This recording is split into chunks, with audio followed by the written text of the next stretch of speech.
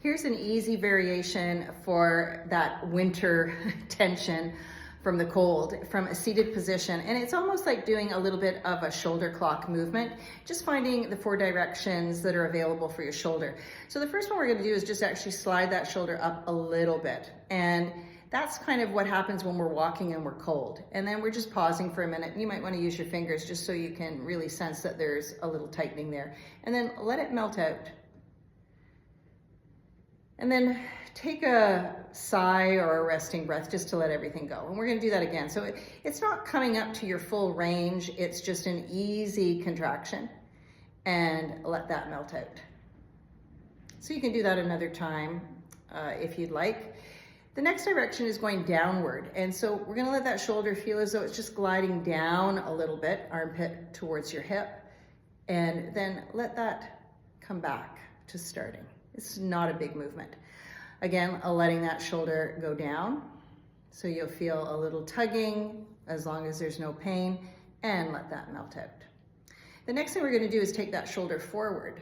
So this is just a little rolling of the arm, or even just moving that shoulder forward. And you can see right here, it's created a contraction or some wrinkling here of my shirt. And then I'm gonna let that melt out slowly. And you let everything go. We'll do that one more time, taking that forward. And let that melt out. Let everything go. So now we're gonna take it back. So when you draw your shoulder blade towards your spine, and it's not with full effort, notice how I'm creating a little more flat area here. It's getting rid of those wrinkles. And now I'll let that melt out.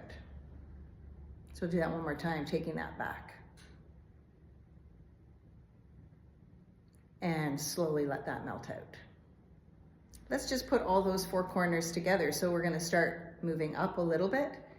Let's take it back. So shoulder blade towards the spine. Now we're gonna lengthen it down a little bit. And now we're gonna roll it forward, okay? We're gonna do that a few times. And just let this be really easy, okay? No effort, it doesn't have to be a big movement. Just notice those 4 different directions that you've done. Okay, we'll do that once more around. And you have the option as well that you can do it in the opposite direction, whatever feels comfortable for you. And I'm really gonna let that shoulder relax. And see how that feels. Notice if you've released a little bit on that shoulder, and then you can do it on the opposite side.